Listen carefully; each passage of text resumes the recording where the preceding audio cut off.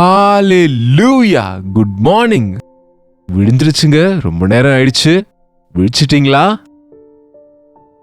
வேலைக்கு போகணும், ஸ்கூல்ஸ்க்கு போகணும், பிள்ளைங்களை அனுப்பணும், சமையல் வேலைகள் இருக்கும் என்று பரபரப்பாக்குறீங்களா? எவ்வளவு பரபரப்பு இருந்தாலும் முதலிடத்தை இயேசு கிறிஸ்துவுக்கு கொடுங்க. என்னுடைய ராஜ்யத்தையும் நீதியும் முதலில் தேடுங்கள், அப்பொழுது எல்லாவற்றையும் கொடுப்பேன் என்றார் ஆண்டவர். அப்ப எல்லா வேலையும் சரியா நடக்குங்க. வாங்க ஒரு சிறிய ஜெபத்தோடு வார்த்தையை கேட்போம். பரிசுத்தரே, உமக்கு நன்றி அப்பா. முதல் இடத்தை உமக்கு கொடுக்கும் போது அப்பா, எங்களை எல்லா விதத்திலும் ஆசீர்வதிக்கிற தேவனாய் நீர் இருக்கிறீர் என்று உணர்ந்து உம்மை சோதிக்க உம்முடைய வார்த்தையை கேட்டாண்டவரே, நீர் தருகிற பலனை பெற்றுக்கொள்ள எங்கள் எல்லாருக்கும் உதவும்படிக்கு கிறிஸ்துவின் நாமத்தில் ஜெபிக்கிறோம் நல்ல பிதாவே, ஆமென். என்னங்க பாஸ்டர், நீங்க இப்படி சொல்றீங்க? தேவனை சோதிக்க சொல்லி கொடுக்கறீங்க என்பாங்க. தேவனை சோதிப்பதுனா அவர் சொன்னார் இல்லைங்க, உங்கள் தசம பாகங்களையும் காணிக்கைகளையும் என்னுடைய ஆலயத்துக்கு கொண்டு வாங்க, கொண்டு வந்து என்னை சோதியுங்க, என்னை பரிசோதியுங்க, வானத்தின் பலகணிகளை திறந்து இடங்கொள்ளாமற் போகும் மட்டும் உங்கள் மேல் ஆசீர்வதிப்பேன் என்று சொல்லி இருக்கிறார் இல்லையா? ஆமாங்க, ஆண்டவரை ஆண்டவருடைய வல்லமையை நாம் அனுபவிக்கணும்னா நாம் அவர் மேல விசுவாசம் வைக்கணும். எனக்கு முதலிடத்தை கொடுங்க, நான் ஆசீர்வதிப்பேன்னு சொன்னீங்களே, இது முதலிடத்தை உங்களுக்கு கொடுக்கிறேன், பார்க்கிறேன் நீங்க எப்படி ஆசீர்வதிக்கிறீங்க என்பது போல பார்த்தேன் என் ஆண்டவர் என்னை ஆசீர்வதித்தார் என்று சொல்லும்படி ஆண்டவருடைய வார்த்தையை ஒரு சவாலாக எடுத்துக்கொண்டு கீழ்ப்படிந்தால் அற்புதங்களை நம் வாழ்க்கையில பார்க்க முடியும்.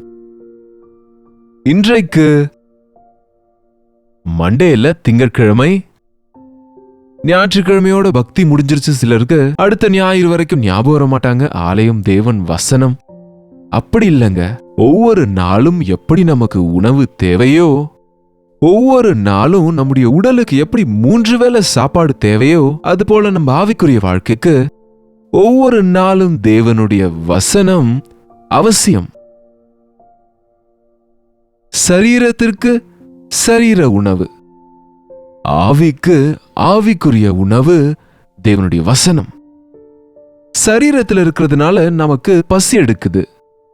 விசுவாசத்தில் இருக்கிறவங்க, ஆவிக்குரிய வாழ்க்கை வாழ்கிறவங்களுக்கு அந்த ஆவிக்குரிய தாகம் இருக்கும். நீதிக்காக பசி தாகம் உள்ளவர்கள் பாக்கியவான்கள், அவர்கள் திருப்தி அடைவார்கள் என்று வசனம் சொல்லுகிறது. மான்கள் நீரோடைக்காக வாஞ்சித்து கதறுவது போல் என் ஆத்துமா ஜீவனுள்ள தேவனுக்காக வாஞ்சித்து கதறுது என்று சொன்னாரு தாவீது. நம் வாழ்க்கையில விசுவாசிகளா இருந்தா எழுந்தவுடன் தேவனுடைய வசனத்தை வாசிக்கணும், தேவனுக்காக ஏதாவது செய்யணும், தேவனுடைய நாமத்தை மகிமைப்படுத்தணும், தேவன் எனக்காக என்ன வைத்திருக்கிறாரோ அறியணும், அவருடைய சித்தத்தை நிறைவேற்றணும், அவருடைய கட்டளையை நிறைவேற்றணும் என்கிற ஆர்வம் பிரேக்ஃபாஸ்டுக்காக நமக்கு இருக்கிற பசியை விட என் தேவனுடைய வார்த்தைக்காக பசியா இருக்கணும், தாகம் வேண்டும் என்கிற ஆசை இருக்கணுங்க. இயேசு கிறிஸ்து இந்த உலகத்துல இருந்த போது அவருக்கும் பசி எடுத்துச்சு. பாருங்க, ஒரு முறை மத்தேயுவின் சுவிசேஷம் 21ஆம் அதிகாரம், மத்தேயுவின் சுவிசேஷம் 21ஆம் அதிகாரம் 18வது வசனம். காலையிலே அவர் நகரத்துக்கு திரும்பி வருகையில் அவருக்கு பசி உண்டாயிற்று. காலையிலே அவர் நகரத்துக்கு எருசலேமுக்கு நடந்து வருகிறார். அதற்கு முன்னாடி நாள் அவர் உபவாசம் இருந்திருக்கலாம். ஒருவேளை முன்னாடி நாள் இரவு அவர் சாப்பிடாம இருந்திருக்கலாம். சாப்பிட்டாலும் அளவா சாப்பிட்டு காலையிலுக்குள்ள ஜீரணமாயிடும்ல. நமக்கு கூட கடந்த இரவு எவ்வளவு சாப்பிட்டிருந்தாலும் காலையில நாம பசியோட தான் எழுந்திருப்போம். அது நல்ல ஆரோக்கியத்துக்கு அடையாளம். உங்களுக்கு பசியே எடுக்கல, சாப்பிடவே தோணலன்னா உங்களுக்கு ஏதோ உடம்பு சரியில்லைன்னு அர்த்தம், வயிறு சரியில்லைன்னு அர்த்தம், இன்ஃபெக்ஷன் இருக்குன்னு அர்த்தம், ஃபுட் பாய்சன் என்று அர்த்தம், கேஸ்ட்ரிக் இஷ்யூ இருக்குன்னு அர்த்தம். ஆரோக்கியமான நபருக்கு பசி உண்டாகும். பசி என்பது ஒரு ஆசீர்வாதம் நமக்கு. அது பசி எடுக்கும்போது சாப்பிட்டாதான் அது நல்லா உடம்புல பிடிக்கும்னு சொல்லுவாங்க. நாம தேவனோடு சரியா இருக்கும்போது, தேவனுக்கு எதிரே உத்தமமா இருக்கும்போது, தேவனை நாம உண்மையா நேசிக்கும் போது, அவருடைய வார்த்தைக்காக, அவருடைய பிரசன்னத்துக்காக நமக்கு பசி எடுக்குங்க. தேவனுடைய வார்த்தையை கேட்க வேண்டும் என்கிற பசி இல்லாம இருக்கிறோம்னா நம்ம ஆவிக்குரிய விதத்தில் வியாதியஸ்தரா இருக்கோம்னு அர்த்தங்க. மந்தமாக இருக்கிறோம், தூக்க மயக்கத்துல இருக்கிறோம். ஆண்டவர் இந்த உலகத்தில் இருந்தபோது அவர் சரீரத்தில் இருந்ததுனால அவருக்கு பசி உண்டாயிற்று. அவருக்கு பசி எடுத்தா உடனே யாருக்காவது சொல்லலாம் ஆகாரத்தை கொண்டு வர சொல்லி. ஆனா அங்கே வழி அருகே ஒரு அத்திமரத்தை கண்டு அதனிடத்திற்கு போய் அதில் இலைகளை அன்றி வேறு ஒன்றையும் காணாமல், அங்கே ஒரு அத்திமரம் இருக்கு, சரி சில அத்திப்பழங்களை சாப்பிடுவோம், அது சின்னதா தான் இருக்குங்க, 2வது சாப்பிட்டா பசி தீரும்னு அத்திப்பழங்களை சாப்பிடுவோம் என்று கிட்ட வந்து பார்த்தா அந்த மரம் நிறைய இலைகள் இருக்கே தவிர ஒரு கனியை கூட காணவில்லை. மரத்திலே எத்தனை இலைகள் இருந்தாலும் அதிலே இருக்க வேண்டிய கனி இல்லாவிட்டால் அதுல பயனில்லை. முக்கியமா கனி கொடுக்கிற மரங்கள். மாம்பழ சீசன்ல வருஷத்துக்கு ஒரு முறை காய்த்தாலும் வருஷமெல்லாம் சாப்பிடுற மாங்காய் ஊறுகாய் போடுறதற்கு என்னங்க, எக்ஸ்போர்ட்ஸ் பண்றதுக்கு, ப்ரிசர்வ் பண்ணி வைப்பதற்கு இந்த மேங்கோஸ் ஒரு மரத்துல எவ்வளவு காய்க்கும்ல, எத்தனை பழங்கள் வரும்ல. சரி, நம் வாழ்க்கையில தேவனோடு ஒரு உறவு கொண்டிருக்கும் போது, தேவனுக்குள் வளரும் போது நமக்குள் வெறும் இலைகள். இலைகள் என்றால் ஆதாம் ஏவாள் பாவம் செய்தபோது அவர்கள் தாங்கள் நிர்வாணிகள் என்று உணர்ந்து கொண்டு கச்சைகளை செய்து கொண்டாங்களாம். இலைகளால அவங்க சரீரத்தை சுற்றி கச்சைகள் என்று சொன்னா ட்ரெஸ்ஸஸ் போலங்க, ஸ்கர்ட் போல நினைச்சுக்கோங்க, அல்லது லுங்கி போல நினைச்சுக்கோங்க. நம்ம ஊர்ல லுங்கி பயன்படுத்துவாங்க. அது எவ்வளவு நேரம் இருக்கும்? இலை காய்ந்து போனா உதிர்ந்து விடும். அது நிரந்தரமானது அல்ல. இன்றைக்கு அநேகர் நமக்கு பசி எடுத்தா அந்த நேரத்துக்கு ஏதோ ஒன்னு சாப்பிடுவாங்க. இன்றைக்கு எல்லாருக்கும் கிடைக்குது. சிலது போன் பண்ண ஃபுட் வீட்டுக்கு வந்துடுதுன்னு சொல்றாங்க. இங்க ஆண்டவரின் பசி சரீர ரீதியான பசி இல்லைங்க. அவர் கனிகளை விரும்புகிறாரு. நான் உண்டாக்கின இந்த மரம், நான் ஆசீர்வதித்த இந்த மரம் சூரிய வெளிச்சத்தை பெற்று பூமியிலிருந்து தண்ணீரை உறிந்து கொண்டு நல்லா வளர்ந்திருக்கு. ஆனா ஏதாவது கனி கொடுத்திருக்கா? ஆண்டவர் இன்றைக்கு விசுவாசிகளாகிய நம்மை நோக்கி பார்க்கிறார். அவருடைய பசியை தீர்ப்போமா என்று. அவருடைய பசியை தீர்க்க வீட்டுக்கு அழைத்து சாப்பாடு போடுவதில்லைங்க. பசி என்பது ஒரு வாஞ்சை, ஒரு தாகம், ஒரு ஆசை. தாகம் என்பது பாருங்க, ஒரு கலசம் தண்ணி குடிச்சவனே அந்த தாகம் தீர்ந்து விடும். ஏசாண்டவர் சொன்னாரு, நான் கொடுக்கும் தண்ணீரை குடிக்கிறவன் திரும்ப எப்பவும் தாகமா இருக்க மாட்டான். அவர் சொன்னது இந்த உலக ரீதியான தண்ணீரை குறித்து அல்ல, ஆவிக்குரிய தாகம் தீர்க்கப்படும். இயேசு கிறிஸ்து 40 இரவுகள் 40 பகல் உபவாசம் இருந்து ஜெபித்த போது, அப்போது கூட அவர் பசியாக இருந்தார். ஒரு முறை பாருங்க, லூக்காவின் சுவிசேஷம் 4வது அதிகாரம். லூக்காவின் சுவிசேஷம் உங்களுக்கு எல்லாம் தெரிஞ்ச வசனங்கள் தான் இது. இல்லாவிட்டா பாருங்க, 4ஆம் அதிகாரம் 2ஆம் வசனம். 40 நாள் பிசாசினால் சோதிக்கப்பட்டார், அவர் ஒன்றும் புசியாதிருந்தார். அந்த நாட்கள் முடிந்த பின்பு அவருக்கு பசி உண்டாயிற்று. 40 இரவுகள் 40 பகல் ஒன்னும் சாப்பிடாம இருந்தவருக்கு எவ்வளவு பசி எடுக்குமோ யோசிச்சு பாருங்க.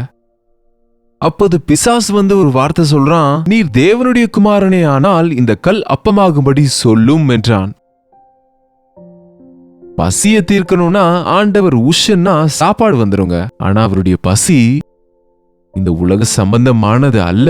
அதுக்குதான் அவர் சொன்னாரு, மனுஷன் அப்பத்தினால் மட்டுமல்ல தேவனுடைய ஒவ்வொரு வார்த்தையினாலும் பிழைப்பான் என்று எழுதியிருக்கிறதே என்றார்.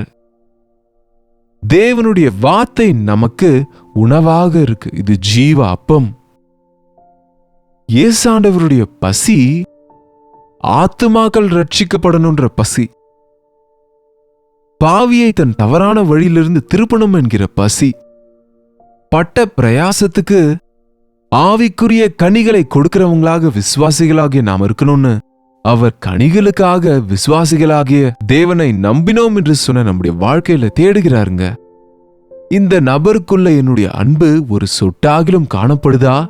நான் கொடுக்கும் சந்தோஷம் இவனுக்குள்ள இருக்கா? நான் தருகிற சமாதானத்தை பெற்றுக்கொண்டானா? பாருங்க, நம்ம வாழ்க்கையில எவ்வளவு நேரம் ஒரு தத்துவத்தை போல நாம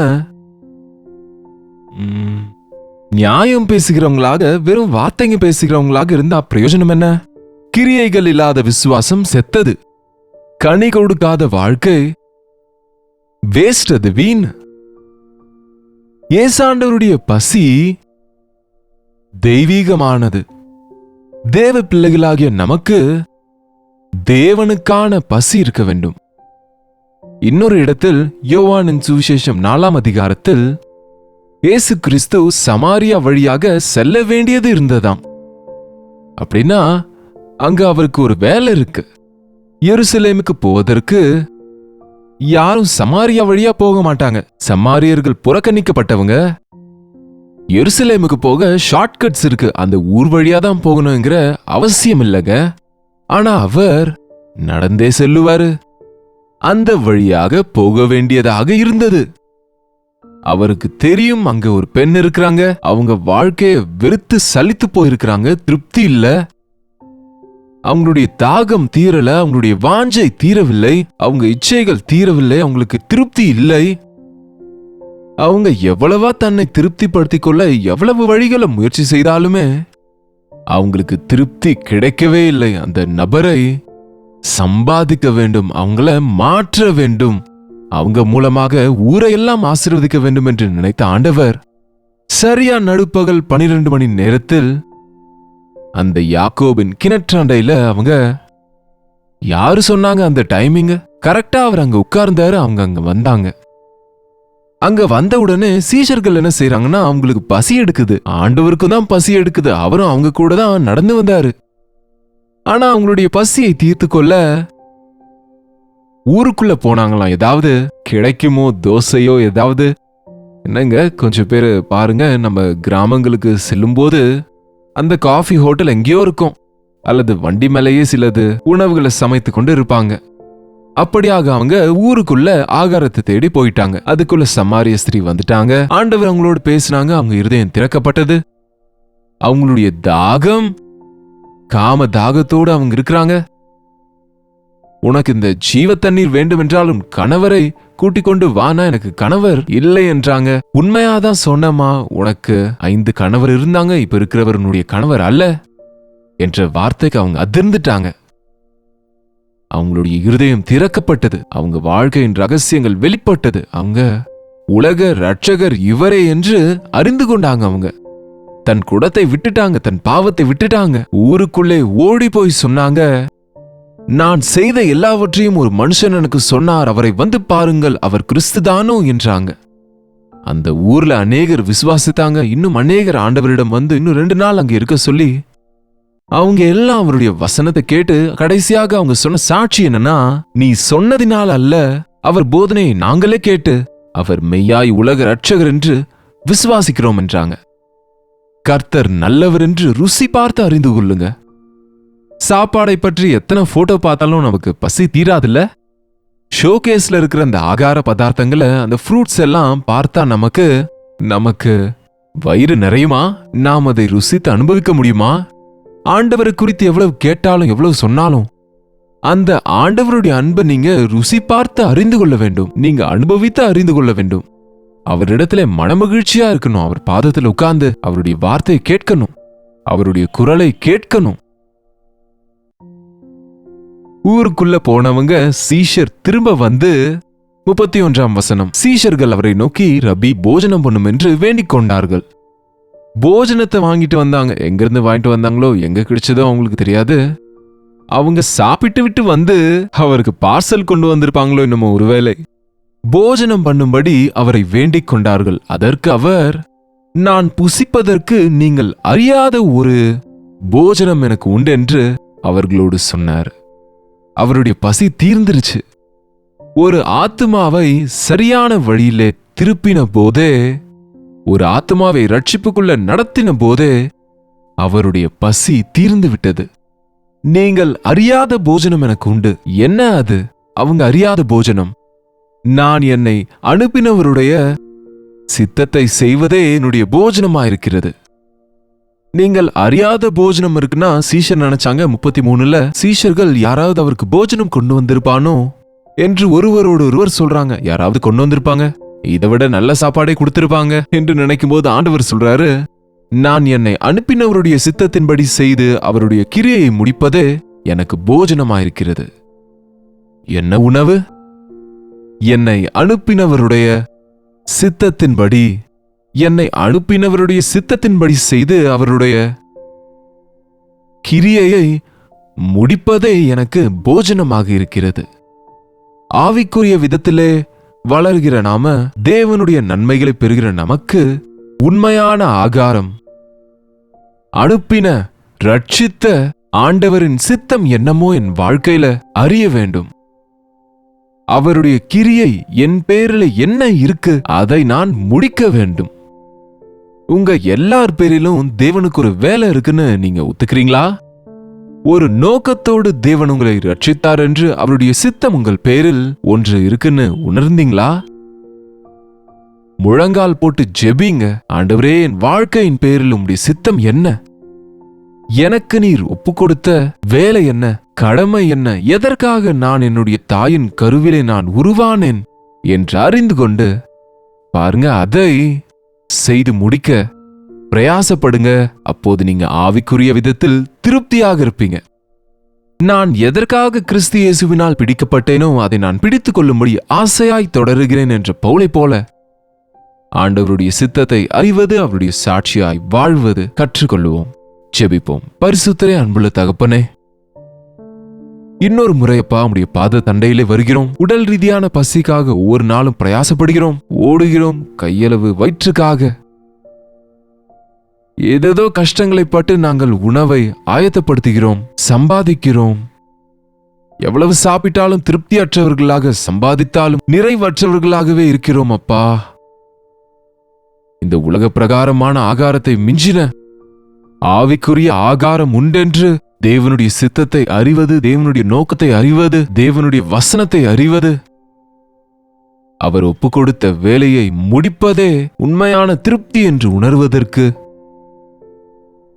கிட்டத்தட்ட 2 வருஷங்களாக ஒவ்வொரு நாளும் மனிதன தியானத்தை கேட்கிற உம்முடைய பிள்ளைகள் எல்லாரும் உம்முடைய சித்தத்தில் இருக்கிறாங்கன்னு நீர் ஏற்படுத்தின தெரிந்து கொண்ட ரட்சித்த நபர்களாக இருக்கிறாங்க என்று உணர்ந்து கொண்டு, ஆண்டவரே என் பேரிலே உம்முடைய சித்தம் என்னவென்று அறிந்து நீர் ஒப்பு கொடுத்த வேலையை முடிப்பதற்கு எங்கள் ஒவ்வொருவருக்கும் உதவி செய்யும்படிக்கு கிறிஸ்துவின் நாமத்தில் ஜெபிக்கிறோம் நல்ல பிதாவே, ஆமென்.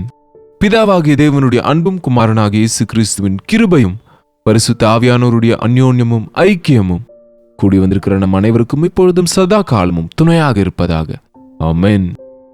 தேவனுக்கு ஸ்தோத்திரம். உங்களுடைய ஜெப விண்ணப்பங்களுக்கும் பாரங்களுக்கும் மற்றும் பிரைஸ் ரிப்போர்ட்ஸ்க்கும் 8939801234 என்னும் நம்பருக்கு ஒரு டெக்ஸ்ட் அல்லது வாய்ஸ் மெசேஜ் மூலமாக நீங்க எங்களுக்கு வாட்ஸ்அப்ல தெரியப்படுத்துங்க.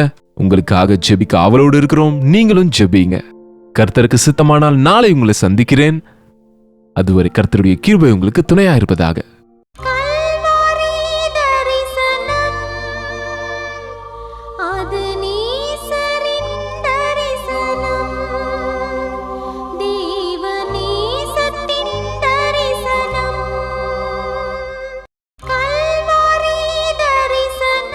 ஒவ்வொரு நாளும் உம் வசனம் தியானிப்பேன், ஒவ்வொரு காலையிலும் உம்மை சந்திப்பேன். ஒவ்வொரு நாளும் உம் வசனம் தியானிப்பேன், ஒவ்வொரு காலையிலும் உம்மை சந்திப்பேன். என்னோடு பேசும் தெய்வம் நீ, இன்றும் என்னோடு பேசிடும். உம் வார்த்தை ஜீவன் உள்ளது, இன்றே என் வாழ்வை மாற்றிடும். அனுதின தியானம்